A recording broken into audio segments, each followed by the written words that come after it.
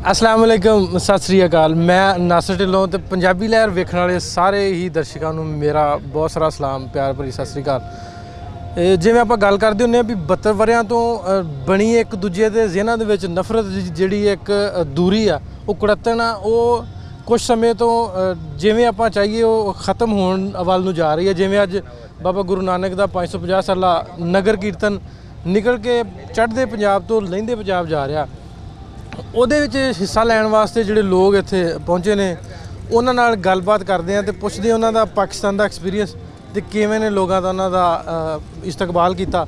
ਸਾਰੀ ਗੱਲਬਾਤ ਕਰਦੇ ਆ। ਸਤਿ ਸ਼੍ਰੀ ਅਕਾਲ ਜੀ। ਸਤਿ ਸ਼੍ਰੀ ਅਕਾਲ। ਕੀ ਹਾਲ ਜੀ? ਸੇ ਠੀਕ ਜੀ? ਬਹੁਤ ਚੜ੍ਹਦੀ ਕਲਾ ਹੈ। ਕੀ ਨਾਂ ਤੁਹਾਡਾ? ਮੈਂ ਹਰਜਿੰਦਰ ਕੌਰ ਚੰਡੀਗੜ੍ਹ ਦੀ ਫਾਰਮਰ ਮੇਅਰ ਹਾਂ ਤੇ ਚਾਈਲਡ ਰਾਈਟ ਕਮਿਸ਼ਨ ਦੀ ਚੇਅਰਪਰਸਨ ਹਾਂ ਤੇ ਚੰਡੀਗੜ੍ਹ ਤੋਂ ਸ਼੍ਰੋਮਣੀ ਗੁਰਦੁਆਰਾ ਪ੍ਰਬੰਧਕ ਕਮੇਟੀ ਦੀ ਮੈਂਬਰ ਵੀ ਹਾਂ। ਮਾਸ਼ਾਅੱਲਾ ਮਾਸ਼ਾਅੱਲਾ, ਬਹੁਤ ਵਧੀਆ। अच्छा दसो भी किस तरह जे आप ऐसे ही अटारी बार्डर से जिससे आप खलोते हैं इतों जो आए परसों तो किस तरह दियाँ ख्वाहिशां दियाँ रूहानीयत एक होंदी है भी जो बंदा जाता अपने गुरु धामां ते या अपने मजहबी अकायद पूरे करन, किस तरह का असी तुहाडा वो फीलिंग थोड़ी शेयर करो। हाँ, रूहां एक ने ते असी ते तरसदे हाँ कि कदों असी दोवें पंजाब लैंदा ते चढ़दा इकट्ठे होइए। बाबा नानक अगे दुआ है कि बाबे नानक दी प्रेम दी डोर एडी पक्की हो जाए कि साडे विच दूरियां मिट जान।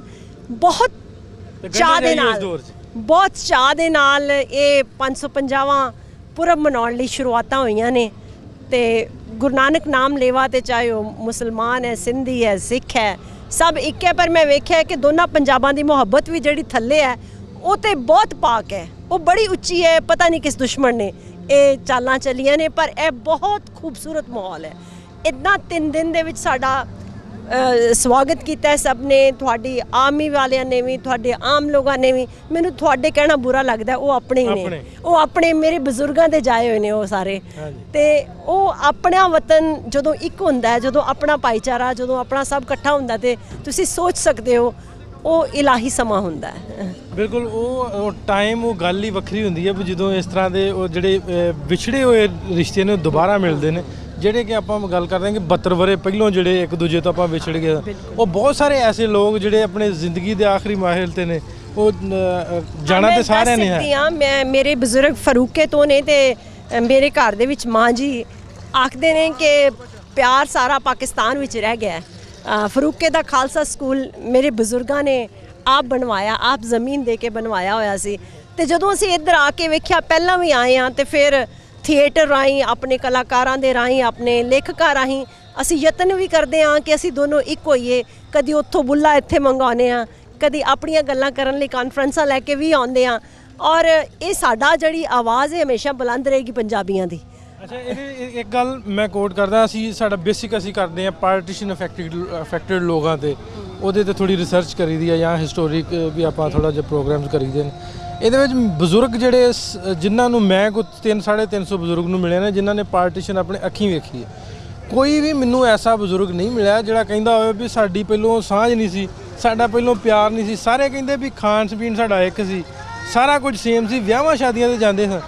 ਇਹ ਆਪਾਂ ਉਹਦੇ ਵਿੱਚ ਆ ਕੇ ਜਿਹੜੀ 47 ਤੋਂ ਬਾਅਦ ਹੁਣ ਤੱਕ ਜਿਹੜਾ 72 ਵਰਿਆਂ ਦਾ ਗੈਪ ਆ, ਇਹਦੇ ਵਿੱਚ ਨਫ਼ਰਤ ਦਾ ਬੀਜ ਕਿੰਨੇ ਬੋਇਆ, ਕਿਵੇਂ ਬੋਇਆ? ਇਹ ਬੀਜ ਤਾਂ ਹਕੂਮਤਾਂ ਨੇ ਬੋਇਆ, ਸਾਜ਼ਿਸ਼ਾਂ ਨੇ ਬੋਇਆ ਤੇ ਚੰਦ ਉਹਨਾਂ ਲੀਡਰਾਂ ਨੇ ਬੋਇਆ ਜਿਨ੍ਹਾਂ ਦਾ ਆਪਣੇ ਨਿੱਜੀ ਮੁਫਾਦ ਸਨ। ਅੱਜ ਵੀ ਆਵਾਮ ਦਾ ਪਿਆਰ ਤੇ ਅੱਜ ਵੀ ਉੱਦਾਂ ਹੀ ਹੈ। ਇਹ ਜੋ ਮੁਹੱਬਤਾਂ ਸਨ ਉਹ ਅੱਜ ਵੀ ਹੈ। ਤੁਸੀਂ ਕਾਰਗਿਲ ਜਾ ਕੇ ਵੇਖੋ ਨਾ, ਗੁਰਦੁਆਰੇ ਤੇ ਮਸਜਿਦ ਦੀ ਕੰਧ ਸਾਂਝੀ ਹੈ। 100 ਵਰਿਆਂ ਦਾ ਪਿਆਰ ਉਹ ਅੱਜ ਵੀ ਸਿਰ ਚੜ੍ਹ ਕੇ ਬੋਲ ਰਿਹਾ ਹੈ। ਤੇ ਉੱਥੇ ਲੋਕਾਂ ਨਾਲ ਗੱਲ ਕਰੋ, ਪੰਜਾਬੀਆਂ ਨਾਲ, ਲੋਕ ਤੇ ਸਾਨੂੰ ਨਹੀਂ ਪਤਾ ਮੁਸਲਮਾਨ ਕੌਣ ਹੁੰਦੇ ਨੇ ਤੇ ਸਿੱਖ ਕੌਣ ਹੁੰਦੇ ਨੇ। ਅਸੀਂ ਤਾਂ ਇੱਕ ਮਾਂ ਦੇ ਜਾਏ ਲੱਗਦੇ ਹਾਂ।